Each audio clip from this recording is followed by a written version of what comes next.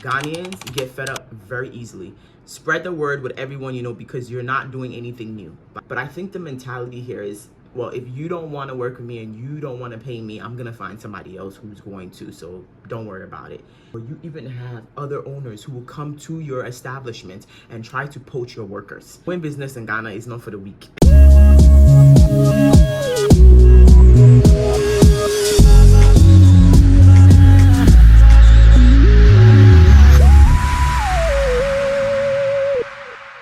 Hi guys, good morning. It's Sunday morning and it's been a minute since I did something like this. I am getting ready for church, so I'm getting ready and talking to you guys at the same time, and I have to hurry up.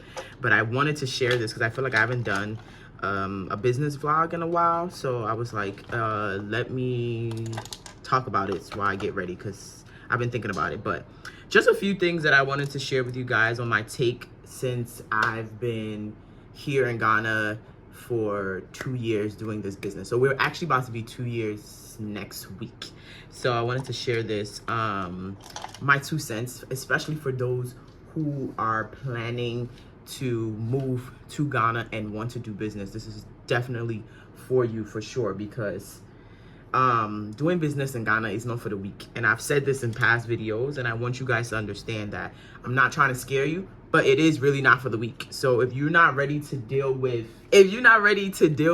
how things are here, because you have to remember that you can't come with your pre-notions of how things work from wherever you're coming from.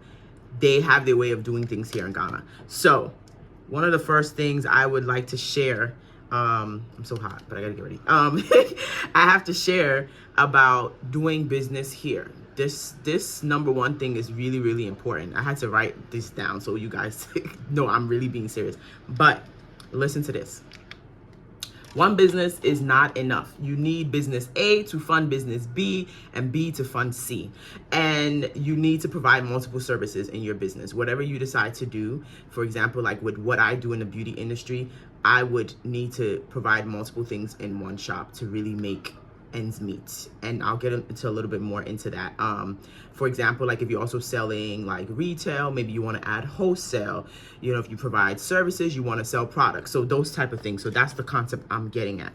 Why I say this is because Ghanaians love to go somewhere that's like multifunctional, right? So if they can go here and buy all of these things, or if they can go here and get service done by this, at one point they would love it, because of how scattered so many things are, right? Typically when I first came here, I used to complain a lot about that because I can't get everything in one spot, right? I'll have to go to one store to get this, one store to get that. And it's like that kind of abroad too, but like you don't have to really hassle like that. You know, like, okay, you go to Walmart to get this, you go to Target to get that, you go to Costco to get that, and then that's it, right? Cool, whatever. And it might be all in your same area, right? But here, most times it's like all over the place. So especially if you don't live in the center of where all of that is happening, you will find yourself traveling a lot to get everything that you need.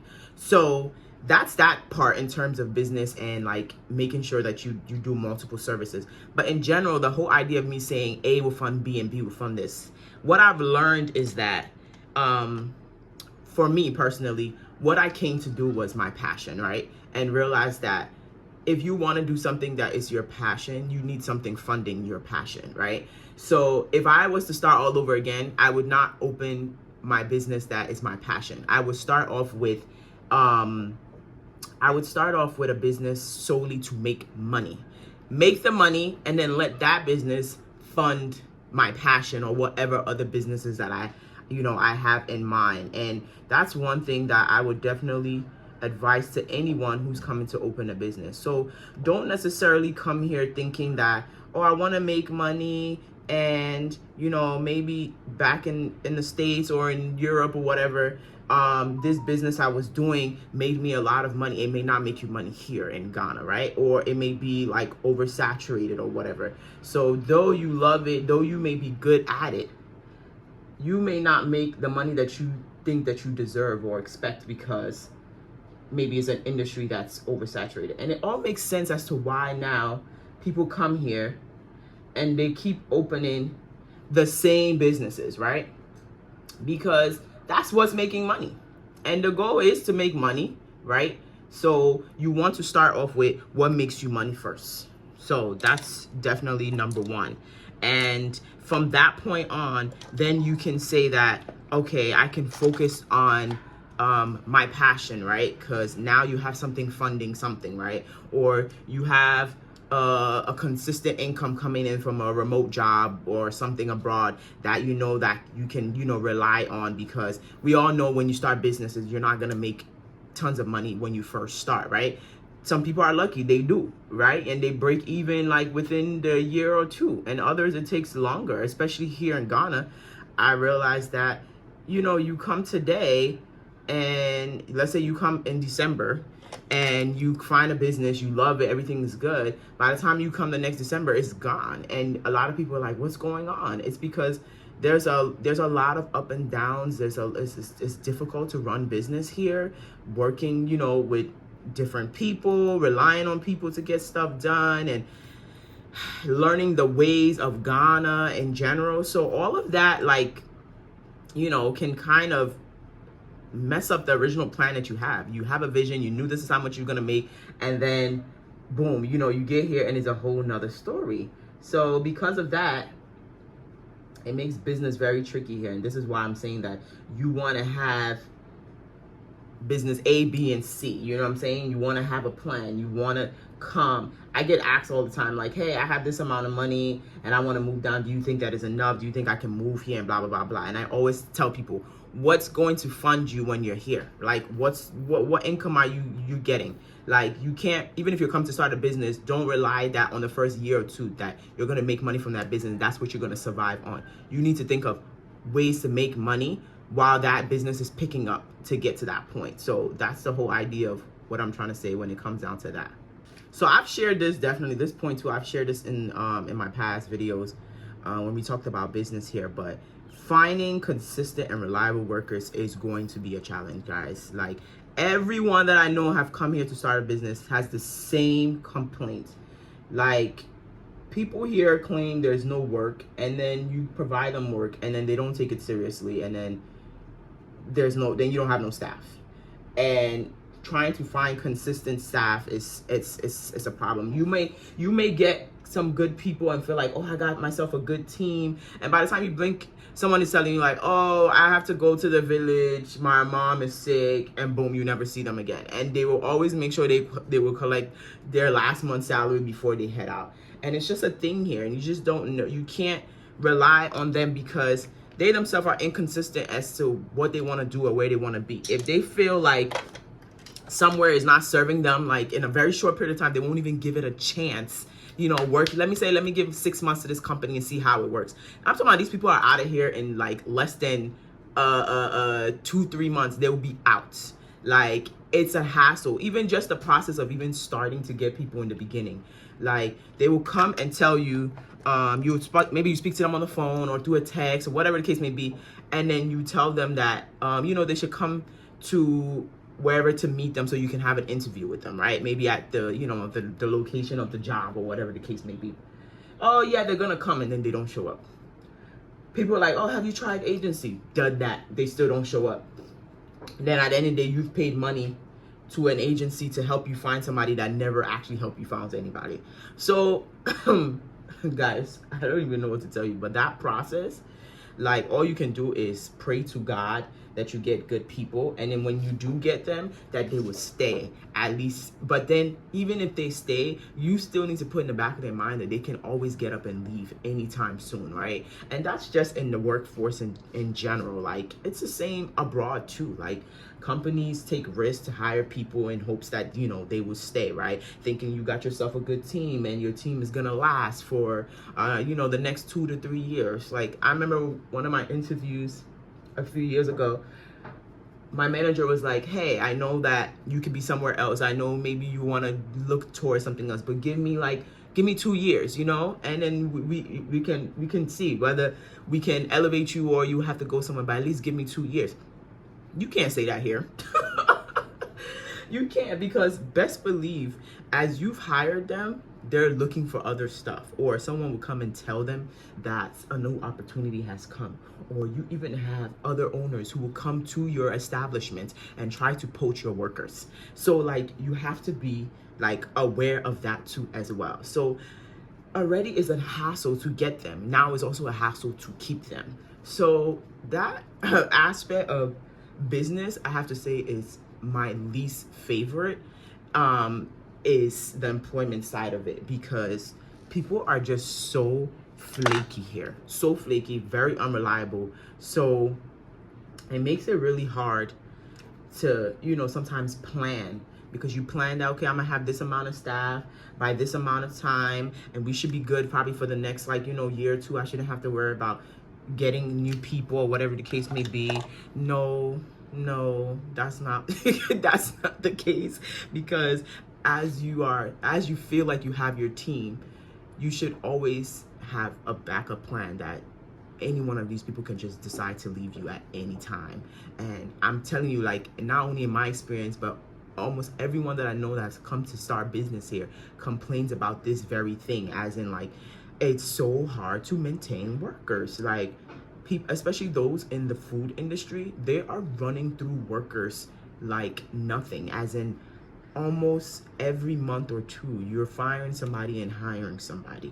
So like that's the crazy part about it. I mean, the turnover is high in terms of employment, but you would think certain industries won't have that effect, but it's in all industries, guys. If anybody here is being honest, as opposed in terms of business and their employment, they will tell you the truth that maintaining workers here is a hassle. So keep that in mind. Now, this one, I should have said this one first before I said my next one, but working with the people to get your business up and rolling here will drive you insane. As in, like, artisans here, I don't know if like they don't want to make money, but I think the mentality here is, well, if you don't want to work with me and you don't want to pay me, I'm gonna find somebody else who's going to, so don't worry about it. These people will drive you to the T. So finding the best ones, to be honest, I would not recommend even saying, I saw this company, let me just check it out and work with them. To be honest, find people that can tell you, I worked with this carpenter and he most likely would do well with you because of the fact that he's being recommended by somebody. But even that, it's not fully guaranteed. But at least you can say that you've worked with this person. But to go and find one, like a roadside one, or you saw someone online say, oh, let me try it, you're taking a risk, because these people will stress you. Like, time, they're not gonna get there on time.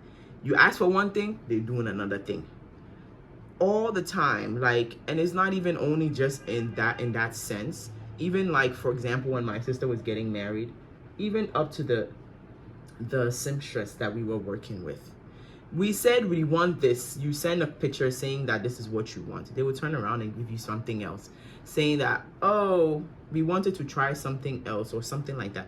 That's not your choice. This is what I'm paying you for. This is what I want. So give me just that. Don't be extra. Don't be fancy trying to do something else. I didn't ask for that. This is what I asked for. Give me this. And my issue with them is that if you cannot do this, or you can't provide this thing that I'm asking for, this service I'm asking for, just be honest and say you can't do it. But they will take the job and then turn around, botch it, mess it up. And then when you're telling them that they messed it up, they're upset. It's like, why are you upset? Because you chose to do something that I didn't ask for, right? And then now that I'm telling you that you messed up, it's like, oh, why are you upset about it? No, because now we have to go back to the drawing board, start again. We just wasted time. We just wasted material. We just wasted whatever we wasted, when we could have just been honest from the beginning and say, hey, maybe I can't do this, right? And I've never heard them say, I can't do this, let me recommend you somebody who can. Like, we don't have that culture here. So it's like, that to me kills businesses a lot, because you can be helping each other. I might not be good at this thing, but I can recommend somebody who is, right? And vice versa. That person will be honest and say, hey, maybe they're good at this, so you should go here. But everyone wants to like have this vision or whatever, like this forefront that, hey, I can do it all. But you can't. And that's the reason why people start businesses, because you can't provide everything. You may not do everything perfectly. And that's the tricky part about having multiple services in a business, because you may be so good at this one thing, right? Maybe you have a drink company. You're so good at making this one drink. And now you decided that, okay, let's say you're making matcha. Now you want to add smoothies. Now your smoothies are not the best. Because somebody had a bad experience with the smoothie, now they're going to say they don't want to come to the establishment at all because the smoothie wasn't good. So you see the hassle here. So it's like, whatever you decide to do, you got to make sure that you learn it well and do it well. Because if not, my dear, if not, this is the hassle that you have to face, because that's just business in Ghana, guys. All right, so last but not least, because I gotta hurry up and get out of here, I am late. The last thing I wanted to share was marketing. Like, marketing, I have to say, for me, is like one of the toughest things to do, because it's not my forte for sure, right? Even though I may look like I can easily be like, hey guys, buy this because I'm selling this or whatever, and everybody will hop on it. It doesn't work like that, you know, all the time. And it's something that I've been like still working on. But you want to use every platform, follow the trends, spread the word with everyone you know, because you're not doing anything new. Like, that's just the fact of the matter. Here, you need to follow what is going on, because Ghanaians get fed up very easily. When something new comes, they hop on it, give it some time, everybody's over it, and they're on to the next one. So in order for you to be relevant and stay on top of the game, you always need to constantly be showing and proving why they should continue to stay with you. You have to make it fun. You have to bring people that maybe are popular to come and, like, you know, say that they're using your services or whatever.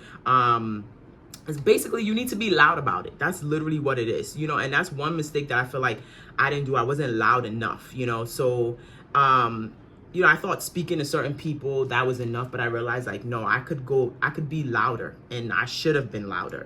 I should have, but you know, it's not late per se. I can still do that, but I want to advise you who's coming into the business, like who's coming into the workforce here in Ghana. Be loud about whatever you do. If you are somebody that is like very low, like you're very chill, and you don't want to be the person to be loud about it, then I suggest that you find someone that can help you be loud about it, right? If it's not you, don't want to be the face of it, find people to help you be loud, because that's what's going to help you here. Because let's be honest, you're not going to come and do anything new that's not here already. You're just coming to add on and give people opportunity to get maybe the same service in a different location. Maybe you may add one or two different things, like, how do I explain it? Like, maybe your aesthetics may be different. Maybe the way you do your stuff, the service you provide might be a tad bit different, but at the end of the day, you're still going to be doing the same thing. So how do you get people to want to come to you and stay with you? Because trust and believe, the coming to you is not a problem. Like, in the beginning, everybody's interested. They want to see what's going on, so they will come to you. But after some time, they get bored and they want to move on to the next one. And that's why a lot of like food businesses, the turnover is high. That's why a lot of like clubs and lounge and bars and stuff, you see them, like I said, you come this year, they're here, the next year they're gone, because people here get tired, they get fed up. So you're constantly working at, how can I get these people, you know, to want to keep using my business, you know, use my business, use my service, or whatever the case may be. That's like, it's important. It's important. So be loud, be loud. So at the end of all of this, I'm saying, it was not to say, I'm not saying all of this to discourage you or whatever. I want you guys to come and invest and do business here, but I want you to be prepared. I want you to be ready. I want you to know that, you know, there's going to be curveballs, there's going to be issues, there's going to be problems, but at least have an idea of what problem you might face, right? You may not know everything, but at least you have an idea of certain things that to prepare yourself with, based on what I just shared you today. So, and just have trustworthy people around you guys that can really tell you how things are done here, and be open-minded and be calm, because these people will drive you crazy. Be calm, but you know, I'm rushing, guys, but like I was saying, yeah, be calm, be open-minded. Just know that you know, there's gonna be ups and downs, but you're gonna get through it. You're gonna get through it. And at the end of the day, the goal is like what? To come start the business and start making money. But at least if you have these tips, you know how to, you know, get it done. But anyways, I gotta get out here. Thank you guys for listening. And maybe I'll do more of these if you guys like it. But if you have any specific questions on certain industries or things to prepare yourself when in terms of business here, please leave your comment below. I would definitely take my time and answer it, or maybe do another video about this. But thank you guys, and I'll see you on another video.